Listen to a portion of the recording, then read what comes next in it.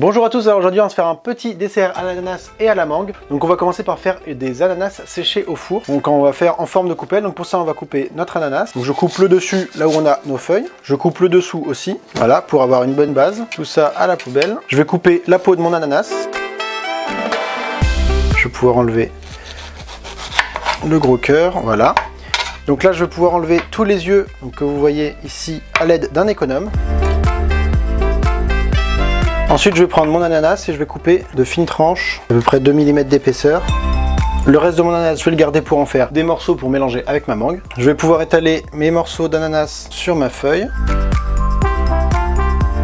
Et je vais mettre ça au four à 100 degrés pendant 30 minutes. Et au bout de 30 minutes, je vais retourner toutes mes tranches d'ananas pour les remettre 30 minutes au four à 100 degrés. Ensuite, je vais pouvoir les mettre dans un moule à muffins pour leur donner une forme de coupelle.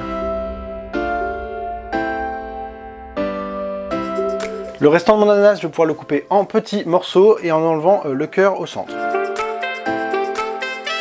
Une fois qu'on a tout coupé, on va pouvoir mettre un film et réserver ça au frigo le temps de faire nos autres préparations. Du coup, je vous montre ce que nous donnent nos petits ananas séchés. Après les avoir retournés, donc je les ai mis dans mon petit moule à muffins. Et ensuite, je les ai laissés sécher pendant à peu près 2 heures, 3 heures minimum. Après, ça dépend vraiment l'épaisseur des tranches que vous avez faites en ananas. Plus ils sont finis, plus ça va sécher rapidement. On va pouvoir continuer avec notre mangue. Donc je coupe le cul, hop, voilà. Je vais venir éplucher le contour de ma mangue.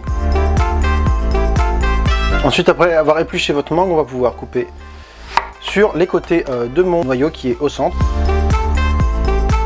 Vous voyez, là j'ai effleuré le noyau, donc ça on va les garder de côté et on va pouvoir tailler autour de mon noyau. Donc une fois bien coupé, on va pouvoir garder tous les petits morceaux qu'on a eu autour de notre noyau pour les utiliser avec nos parures d'ananas. Là on va prendre les gros morceaux pour les tailler en petits cubes comme mes ananas. Dans mon petit bol, j'ai mis mes 110 g de parure de mangue et j'ai aussi mis 90 g d'ananas que j'avais coupé en dés. Donc je vais pouvoir tout mixer.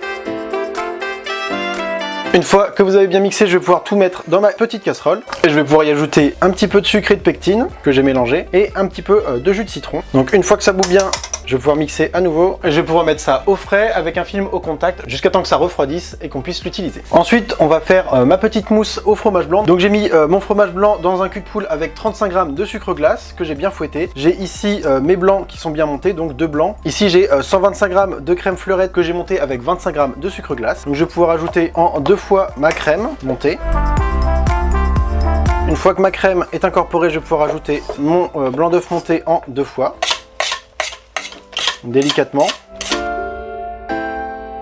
Et une fois que ma crème est prête, je vais pouvoir monter mon dessert. Donc je vais pouvoir commencer à monter. Donc je mets un petit peu d'ananas dans le fond, un petit peu de mangue par-dessus.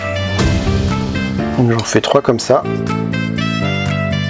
Une fois que j'ai fait ça, je vais pouvoir mettre ma mousse au fromage blanc par-dessus. Donc avec une grosse douille unie.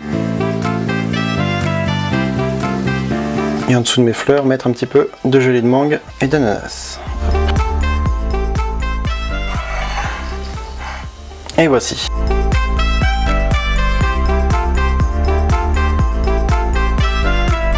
Voilà, donc j'espère que cette petite recette vous aura plu. On a terminé avec nos petits desserts d'aujourd'hui. On se retrouve demain pour une nouvelle recette. Bon appétit!